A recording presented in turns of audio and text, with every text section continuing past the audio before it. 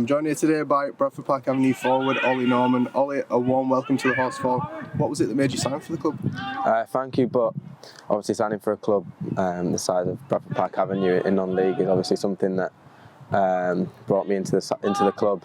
Obviously knowing some of the lads that played in the season before, and also that were joining this season as well. We spoke so highly of the club as well, so that's what brought me into this season. And you've been on the books at City, and you were also top goal scorer for Tadcaster last season. Could you tell us a bit more about your career? So I started at Leeds as a youngster, starting at 11 till about 14, getting released, and then spending my time at Bradford till about 19. I had a spell at Harrogate Railway and Tadcaster as well. Obviously playing under Mick was something that brought me a lot. What's your best footballing memory? Best footballing memory is probably a youth cup run that I had with Bradford City when I was under 17, having beaten Stoke and obviously playing Chelsea in the fourth round. And what player or coach have you learned the most from in your career? I've had a couple. So I've been lucky to work with obviously Martin Jory and Lewis Nightingale, who have gone on to do bigger and better things at higher clubs in their academies. Obviously working under Mick as well last year is something that has brought me on. Danny, we're here at the Horsfall, 8 days till our first pre-season friendly kicks off. How are you feeling about your incomings over the last few months?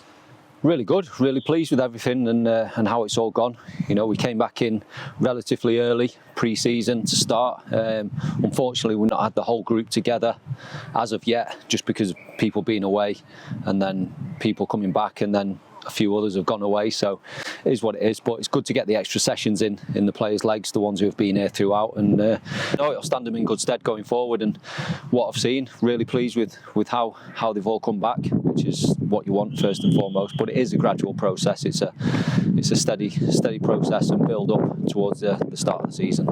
We have 15 players signed on already, a few positions remaining to fill. Which ones are you looking to fill over the next couple of weeks? Yeah, we've got a couple. Centre of the park, we're looking to add some strength there, that's for sure. Centre back as well, hopefully, and centre forward as well. So, you know, we're looking at those three key areas mainly, but we're open and we're always looking. You know, if players come available that we weren't aware of or weren't on the radar and we think they can improve us, then we'll look to fit them in. That's as simple as that. We're looking to build the best possible team possible that'll give us the best chance of being successful. So for us, it's always about looking and keeping our ears open and seeing what's about. And like I say, if anyone becomes available that they think are going to improve us, then we'll seriously consider trying to get them in if we can. And 8 pre-season friendlies to play. What can fans expect from your pre-season campaign? Well, hopefully the foundations will be set for a good season. You know, pre-season, that's what it's all about. So important to build and have a really strong pre-season, because if you don't, you open yourself up to problems at the start of the season. So we're fully aware of that, and we want to hit the ground running. So, you know, it will be a slow process. We're not going to be flying on all cylinders for the first couple of games. It'll be a slow process, and the lads getting to know each other and how we want to play. So it will take a good number of games. And like I say, that's what pre-season's for. It's about building into the season, and you know, we'll be fully ready come the start of the season, everyone knowing what we want from them individually and collectively.